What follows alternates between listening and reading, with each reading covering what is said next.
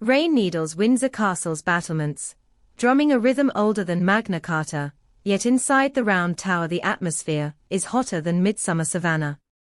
Prince William stands beside a mullioned window, watching Andrew's estate lights blink tauntingly from the far end of the great park.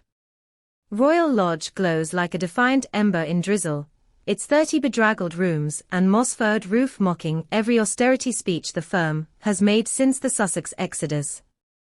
William's knuckles whiten against the stone as a single recollection loops through his head. Andrew's voice, oily with entitlement, describing Catherine in terms no father would tolerate, let alone a future king.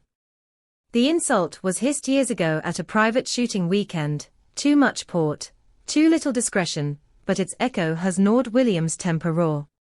Courtiers who witnessed the moment still refuse to repeat the exact words.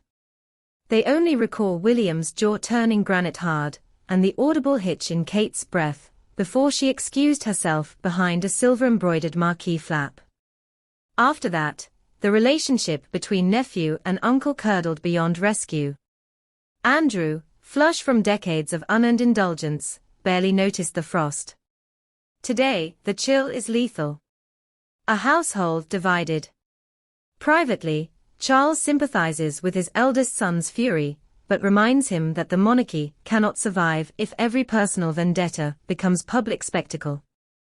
William answers by sliding a dossier across his father's desk, 57 photographs of peeling window frames, crumbling cornices, and waist-high weeds choking Royal Lodge's ornamental ponds.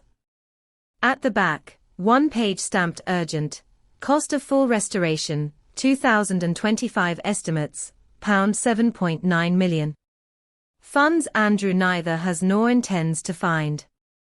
Charles exhales, aware that public patience evaporated the day Andrew turned BBC's Newsnight into a three-ring humiliation. The king's brow furrows, the calculations are no longer emotional, but existential. Kate's silken silence. Catherine, the unwitting target of Andrew's remark, has said nothing, at least not in rooms where staff might overhear. Her retaliation is icy absence. During Easter service, she stretched their Norfolk holiday rather than greet the Duke in St. George's Chapel. At garden parties she drifts to opposite marquees whenever his familiar waddle appears. Aides note that her fingers tighten on her clutch whenever Andrew's name surfaces in briefings. But she burns no bridges out loud. She hands the demolition charge to her husband and lets him decide when to light the fuse. The Lodge in decline. Royal Lodge once echoed with the laughter of Queen Elizabeth, the Queen Mother.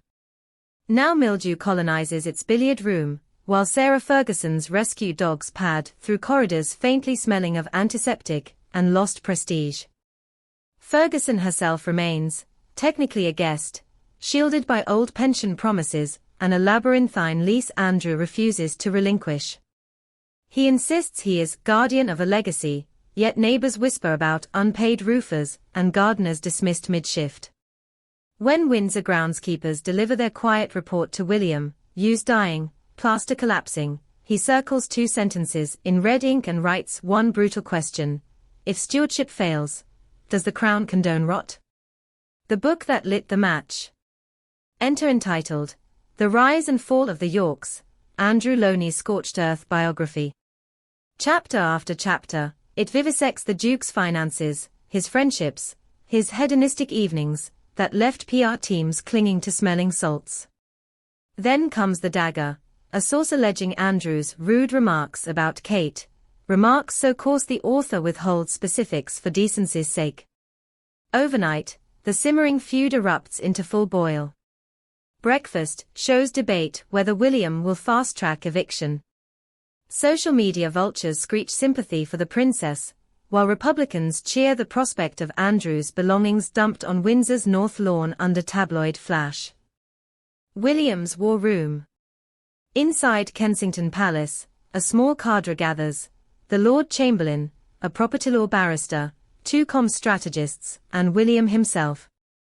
On a digital wall tilts a Gantt chart labeled Operation Iron Gate. Phase 1, Legal Review of Royal Lodge Lease, cross-reference with failed maintenance clauses. Phase 2, public relations shield, highlight urgency of structural repairs, frame eviction as preservation, not vengeance. Phase 3, relocation contingency, suggest a downsized Frogmore cottage, or private estate rental at Andrew's own expense. Each arrow ends with a cold note, no press leaks until signed. Sarah Ferguson, collateral or co-conspirator. Fergie, ever the survivor, senses the ground shifting like quicksand. Her Beatrice and Eugenie charm offensive revs up, charity posts, polite interviews, talk of healing family wounds.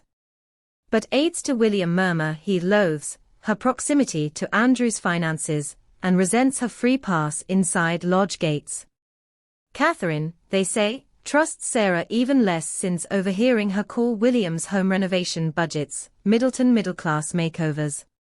The heir's ultimatum spreads through Windsor like wildfire, 2 Yorks out, one way or another. Charles, the monarch between hammers. The king grapples with a trident of headaches: Andrew's public toxicity, William's private fury, and a nation's suspicion that royals live rent-free while taxpayers tighten belts. He knows eviction could trigger legal quagmire and a press-feeding frenzy. He also knows inaction might bleed the crown of credibility. Rumors swirl he will propose a face-saving compromise: transfer Royal Lodge upkeep to the Crown Estate, slash Andrew's allowance, and force structural repairs under palace control. But William's team signals that half measures only postpone rot. The future king demands a clean ledger. The clock ticks toward coronation too. One aide darkly jokes that Andrew's fate may hinge on Charles's medical reports. If the king's health stumbles, William's ascension could arrive sooner, and Andrew's last buffer evaporates. In corridors where whisper outranks decree, staff already game plan the first 100 days of William V, cutting certain grace and favor residences, publicizing duchy audits, and finalizing Royal Lodge's turnover to a children's hospice, or a leadership training institute bearing Diana's name. Andrew's suitcases, under this scenario, move by discreet midnight van. Easter ghosts and summer storms. In April, Andrew dared appear at Easter service. William's family extended their Norfolk break, officially quality time, unofficially avoidance strategy. Photographers captured Andrew walking behind Charles, face flushed yet toothy, as if daring the world to shame him further. Catherine's absence spoke louder than her hymnbook ever could. All Windsor watchers read the omission as a prelude, public frost ahead of private exile. Final gambit. Tonight, the castle sleeps under rain-cloaked battlements again, while William studies architectural drawings for a reimagined royal lodge, one without Andrew's portrait glowering over the staircase, one with solar panels and children's laughter echoing where secrecy once festered. His anger has cooled into strategy, his wife's wound has hardened into purpose. Across the park, windows in the disgraced Duke's quarters glow past midnight. Perhaps Andrew drafts letters, marshals lawyers, or simply broods over the irony, once 7th in line, now first in William's sights.